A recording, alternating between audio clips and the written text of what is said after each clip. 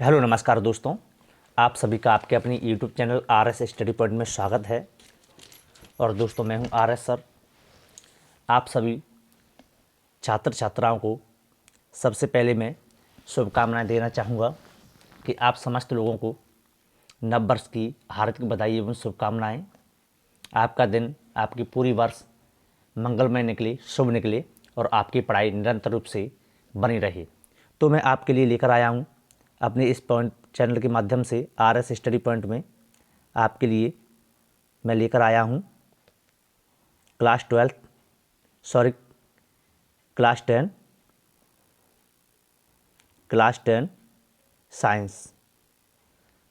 Science पढ़ाऊँगा। मैं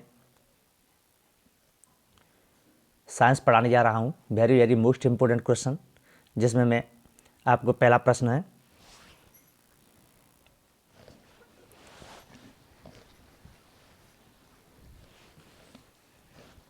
नियंत्रण एवं समन्वय। चैप्टर 7 नियंत्रण एवं समन्वय चैप्टर का नाम है। इम्पोर्टेंट प्रश्न है, तंत्रिका तंत्र से आप क्या समझते हैं? देखते हैं तंत्रिका तंत्र से आप क्या समझते हैं, इसका आंसर देखते हैं। अच्छा प्रश्न है, इम्पोर्टेंट प्रश्न है।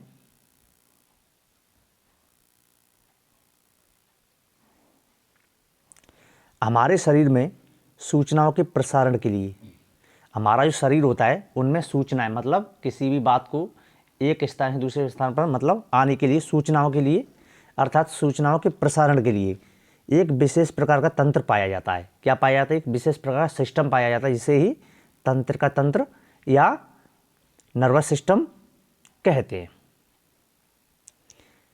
इसकी इकाई तंत्रिका कोश का कहलाती है और इसकी इकाई होती है, तंत्रिका तंत्र की जो इकाई होती है वह कहलाती है तंत्रिका कोश का, जो मस्तिष्क एवं मेरुरज्जु के नियंत्रण में काम करती है। जो कहाँ पे काम करती है?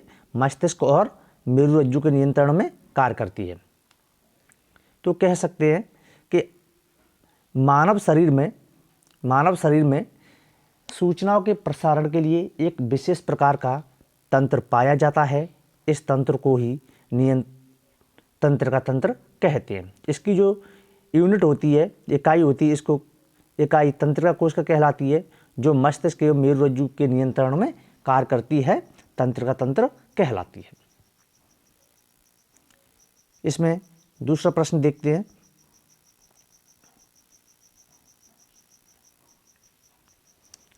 मस्तिष्क में पाए जाने वाले द्रव का नाम बताइए तथा इसके प्रमुख 2 कार्य बताइए। अच्छा प्रश्न है। तो मस्तिष्क है, हमारा दिमाग है, ब्रेन है, उसमें पाए जाने वाले द्रव, उस द्रव का क्या नाम है और उस द्रव के कोई 2 कार्य लिखने हैं।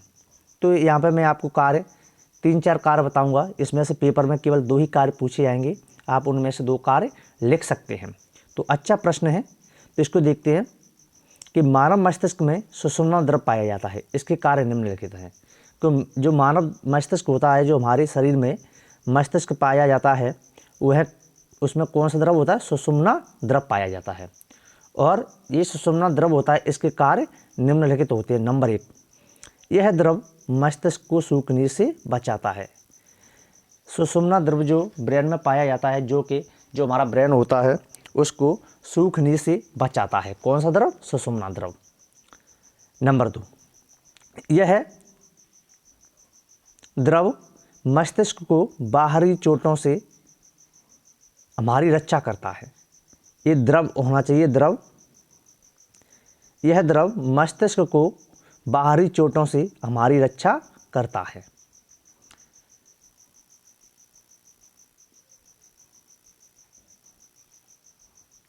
बच्चों नंबर 3, मस्तिष्क को शून्यता व अचेतना से बचाता है।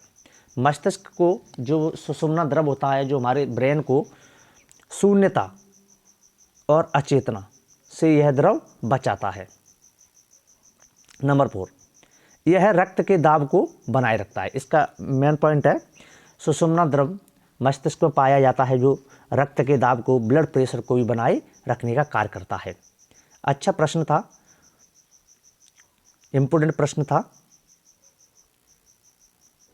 मैंने आपको ये वीडियो 4 जनवरी समय हुआ है 7:52 और उस दिन वेडनेसडे बुधवार के लिए दिन बनाई हुई है और शाम को 7:52 पे समय भी दिया हुआ है। और अभी तक जिन छात्रों ने हमारा ये channel RS study point subscribe नहीं किया है तो इसे सब्सक्राइब कर लें, जिससे आने वाली वीडियो इम्पोर्टेंट प्रश्न कक्षा 10वीं की 2023 वार्षिक परीक्षा में आने वाले प्रश्न आप अच्छे तरीके से याद कर सकें। तो प्यारे विद्यार्थियों, आप हमारे चैनल को सब्सक्राइब करें और बेल आइकन दबाना ना भूलें। अगला प्रश्न है, प्रत्यवर्ती क्रियाएं किसे कहती हैं? प्रत्यवर्ती क्रिया किसे कहते हैं, उदाहरण देकर समझाइए। वेरी मोस्ट इंपोर्टेंट प्रश्न है प्यारे विद्यार्थियों, वेरी मोस्ट IMP प्रश्न। प्रत्यवर्ती क्रिया किसे कहते हैं, उदाहरण देकर समझाइए। इसका आंसर देखते हैं। हमारे शरीर में होने वाली वे क्रियाएं जो मस्तिष्क के नियंत्रण में ना होकर, जो मस्तिष्क है ब्रेन उसके नियंत्रण में नहीं होती हैं, बल्कि मेरुरज्जु के नियंत्रण में होती हैं। बोन मैरो होता है, इसको कहते हैं रीढ़ की हड्डी, जो पीठ के पीछे पाई जाती है, बोन मैरो मेरुरज्जु, उसके नियंत्रण में होती हैं। ऐसी क्रियाओं को प्रत्यवर्ती क्रियाएं कहते हैं, या इन्हें प्रत्यवर्ती क्रिया को अनैच्छिक क्रियाएं के नाम से भी जाना जाता है। तो प्रत्यवर्ती क्रियाओं और क्या कहते हैं, अनैच्छिक क्रियाएं। प्रत्यवर्ती क्रियाओं के निम्नलिखित उदाहरण हैं। अच्छा प्रश्न है, पेपर में इस तरीके से भी इस प्रश्न को पूछा जा सकता है कि अनैच्छिक क्रियाएं या प्रत्यवर्ती क्रियाएं किसे कहते हैं? तो अनैच्छिक क्रियाओं को ही प्रत्यवर्ती क्रियाएं कहा जाता है। हमारे शरीर में होने वाली वे क्रियाएं जो मस्तिष्क के नियंत्रण में ना होते हुए मेरुरज्जु के नियंत्रण के द्वारा होती हैं, ऐसी क्रियाओं को प्रत्यवर्ती क्रियाएं या अनैच्छिक क्रियाएं कहती है। प्रत्यवर्ती क्रियाओं को उदाहरण निम्नलिखित हैं। इसके उदाहरण देखते हैं। चलिए आगे बढ़ते हैं और इसके उदाहरण के बारे में पढ़ते हैं। नंबर 1, प्रत्यवर्ती क्रियाओं का प्रमुख उदाहरण है कि गर्म वस्तु हाथ से टच होने पर हाथ को पीछे की तरफ खींचना। जैसे ही कोई गर्म वस्तु है, जैसे मान के चलें कि महिलाएं जब खाना बनाती हैं तो उसका जो तवा होता है उससे जैसे ही हाथ टच हो जाता है अचानक, तो वो हाथ को क्या करती हैं, अपनी तरफ खींच लेती हैं, एकदम हाथ को अपनी तरफ खींच लेती हैं। यही प्रत्यवर्ती क्रिया का प्रमुख और महत्वपूर्ण उदाहरण है। नंबर 2, अपने आगे सांप आने पर एकदम रुक जाना। जैसे मान के चलें कि हम कहीं पर जा रहे हैं, तेज़ी से जल्दी चल रहे हैं भाई, क्योंकि हमको किसी जगह पर बहुत जल्दी पहुंचना है, तो हम चल रहे हैं। लेकिन एक स्थिति ऐसी आती है जैसे हम चलते और आगे कोई अचानक कोई सर्प हमको दिखाई दे, आगे आ जाए, तो हम वहीं पे एकदम रुक जाते हैं। क्या हो जाता है भाई, एकदम हम वहीं पे स्टॉप हो जाते, रुक जाते और पीछे की तरफ भागने लगते हैं। तो यह भी एक प्रत्यवर्ती क्रिया का उदाहरण है प्यारे बच्चों। नंबर 3, सांस लेना। अपन श्वसन लेते हैं, सांस लेते हैं, जिसमें कार्बन डाइऑक्साइड गैस बाहर निकालते हैं और ऑक्सीजन गैस को ग्रहण करती हैं। सांस लेना आदि प्रत्यवर्ती क्रियाओं के प्रमुख उदाहरण है। इसके अलावा पलक झपकना, यह भी प्रत्यवर्ती क्रियाओं का उदाहरण है। पलक झपकना, सांस लेना, गर्म वस्तु से हाथ टच होना, हाथ को तुरंत पीछे की तरफ खींचना, आगे सांप आने पर एकदम रुक जाना, सांस लेना, ये क्या है, प्रत्यवर्ती क्रियाओं के उदाहरण है।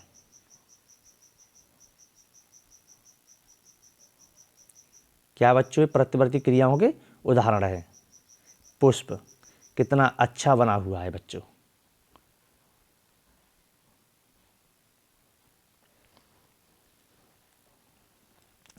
सब्सक्राइब करें, like, share and comment my RS study point channel.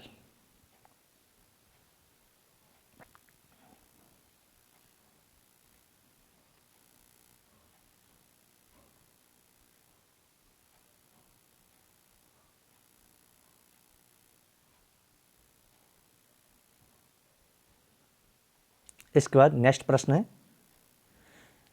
किस ग्रंथि को मास्टर ग्रंथि कहते हैं? ऐसी कौन सी ग्रंथि है, ऐसी कौन सी ग्लैंड है जिसको मास्टर ग्रंथि कहते हैं और क्यों कहते हैं? वेरी मोस्ट इम्पोर्टेंट प्रश्न वर्ष 2023 के लिए होने वाला प्रश्न है, इम्पोर्टेंट प्रश्न है, इसीलिए प्यारे विद्यार्थी हूँ इस प्रश्न को अच्छे तरीके से याद कर लें और सरल है, इसको आप ध्यानपूर्वक सुने, समझें, नोट करें तो आपको यहीं पर याद हो सकता है। तो आइए चलिए हम इस प्रश्न में आपको आगे को लेके चलते हैं और बताते हैं कि पीयूष ग्रंथि को मास्टर ग्रंथि कहते हैं। प्रश्न में किस ग्रंथि को मास्टर ग्रंथि कहते हैं? तो पीयूष ग्रंथि को मास्टर ग्रंथि कहते हैं। क्यों कहते हैं? क्योंकि यह ग्रंथि है जो दूसरी अन्य सभी ग्रंथियों पर अपना नियंत्रण रखती है। क्योंकि पीयूष ग्रंथि अन्य सभी ग्रंथियों पर अपना नियंत्रण रखती है, इसलिए इस ग्रंथि को मास्टर ग्रंथि कहा जाता है, जिसके द्वारा वृद्धि हार्मोन स्रावित होते हैं। यह ग्रंथि मस्तिष्क में पाई जाती। कहाँ पे पाई जाती है बच्चों? ये ग्रंथि मस्तिष्क में। तो कह सकते हैं कि पीयूष ग्रंथि को ही मास्टर ग्रंथि कहते हैं और यह ग्रंथि है, पीयूष ग्रंथि, ये सभी ग्रंथियों को अपने नियंत्रण में रखती है। अर्थात यह जैसे ही कोई ग्रंथियां हैं तो ये सभी ग्रंथियों को अपने नियंत्रण में रखती है और अपने अनुसार कार्य कराती है, अपने अनुसार कार्य कराती है, इसीलिए इस ग्रंथि को मास्टर ग्रंथि कहते हैं। और यह ग्रंथि है जो वृद्धि हार्मोन को स्रावित करती है। और यह कहाँ पे पाई जाती है? मस्तिष्क में पाई जाती है। मटर के दाने की समान रचना होती है इसकी, पी शेप्ड होती है इसकी रचना, मटर के दाने के समान इसकी संरचना होती है। तो कह सकते हैं कि ये जो ग्रंथि है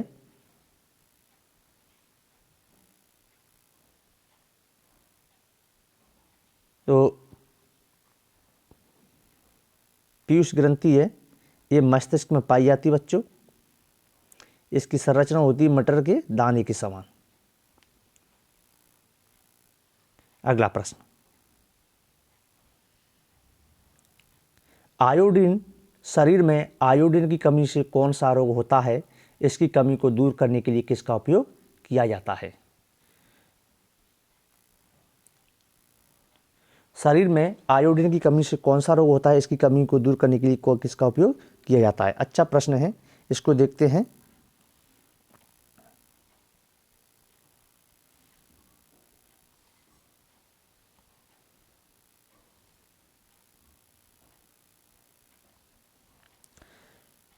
शरीर में आयोडीन की कमी से घेंगा रोग, बच्चों क्या है? घेंगा रोग। शरीर में आयोडीन की कमी से, ये गंगा लिखा हुआ है, गलत है। शरीर में आयोडीन की कमी से घेंगा नामक रोग हो जाता है। कौन सा रोग हो जाता है? घेंगा नामक रोग। इस रोग से गले में पाई जाने वाली थायराइड ग्रंथि फूल जाती है। जैसे घेंगा नामक रोग हो जाता है आयोडीन की कमी से, तो हमारे गले में एक ग्रंथि पाई जाती है, इसे थायराइड ग्रंथि कहती है। वो ग्रंथि क्या करती है? वो फूल जाती है और यह रोग उस क्षेत्र विशेष के निवासियों में पाया जाता है। और ये घेंगा रोग कहाँ पे होता है? जहाँ के लोगों में होता है वहाँ पर आयोडीन नमक की कमी होती है, वहाँ पर रहने वाले लोगों में यह रोग हो जाता है, घेंगा रोग। आयोडीन की कमी होती है। इस रोग से बचने के लिए आयोडीन युक्त भोजन की सलाह दी जाती है तथा यह रोग है, इस रोग से बचने के लिए, घेंगा रोग से बचने के लिए लोगों को आयोडीन युक्त नमक खाना चाहिए, मतलब नमक का सेवन करना चाहिए, जिससे घेंगा रोग नहीं हो। यदि घेंगा रोग होता है तो हमारे लिए बहुत ही हानिकारक होता है, क्योंकि गले में पाई जाने वाली थायराइड ग्रंथि है वो फूल जाती है, जिससे हम सांस लेने में, भोजन ग्रहण करने में, पानी पीने में काफ़ी तकलीफों का सामना करना पड़ सकता है।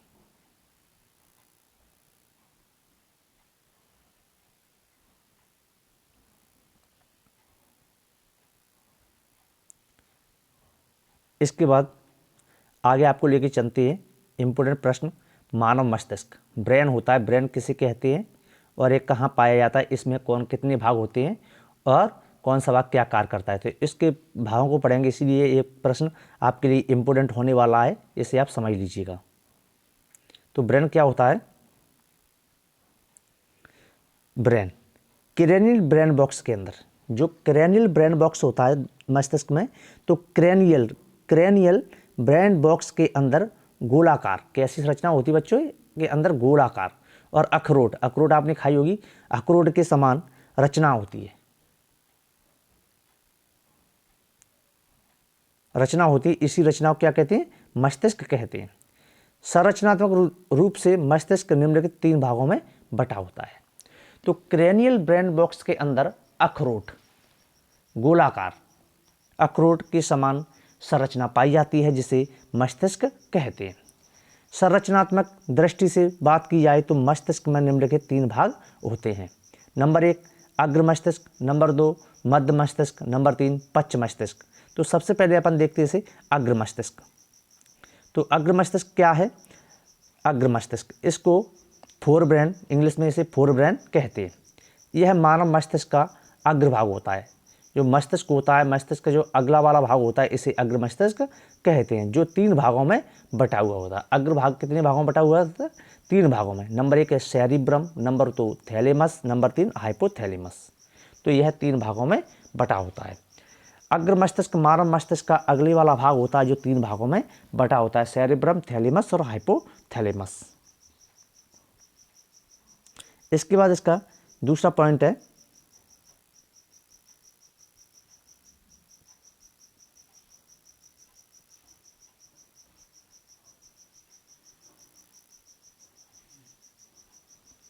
मध्य मस्तिष्क। क्या बच्चों? मध्य मस्तिष्क। इसे मध्य मस्तिष्क भी कहा जाता है। यह अग्र और पश्च मस्तिष्क के बीच में पाया जाता है। यह जो मध्य मस्तिष्क कैसे मिडिल ब्रेन कहते हैं, मिड ब्रेन, जो कि अग्र और पश्च मस्तिष्क के बीच में पाया जाता है, इसलिए इसे मध्य मस्तिष्क कहते हैं। इसका प्रमुख कार्य होता है देखना, सुनना और चखना।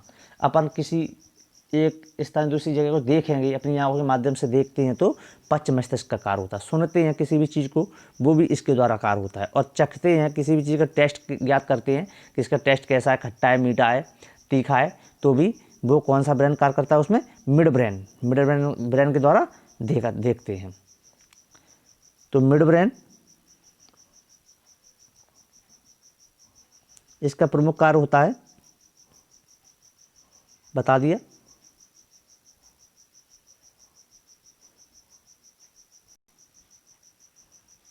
इसका बच्चों तीसरा पॉइंट है पश्च मस्तिष्क। यह मस्तिष्क का पिछला वाला भाग होता है। पश्च मस्तिष्क जो ब्रेन का कौन सा भाग होता है? सबसे पीछे वाला भाग होता है, जो कि 2 भागों में बटा हुआ होता है। यह कितने भागों में बटा होता है? 2 भागों में, सेरेब्रम और मेडुला ऑब्लांगेटा। तो पश्च मस्तिष्क होता है जो मस्तिष्क का सबसे पिछला वाला भाग होता है, जो 2 भागों में बटा हुआ होता है, सेरिब्रम, मेडुला ऑब्लांगेटा। जैसे ब्लड प्रेशर है, बीपी है, इसका ज्ञात करते हैं तो इसका जो अनुभव है वो कौन सा ब्रेन करता है? सेरेब्रम, वो पश्च मस्तिष्क अर्थात हाइंड ब्रेन का जो भाग होता है सेरेब्रम, मेडुला ऑब्लांगेटा, इसके द्वारा यह ज्ञात किया जा सकता है। तो प्यारे विद्यार्थियों, अभी तक आपने हमारा ये channel RS study point like, share, comment, subscribe नहीं किया हो तो इसे like, share, comment and subscribe जरूर करें, जिससे आने वाली वीडियो सबसे पहले आप तक पहुँचे। और तब तक के लिए मैं आपसे कहना चाहूँगा कि आज हमारे एक विद्यार्थी हैं जिनका नाम पवन है, जो हमारे यहाँ से मुरैना ज़िले से के अम्बा से ब्लॉग करते हैं।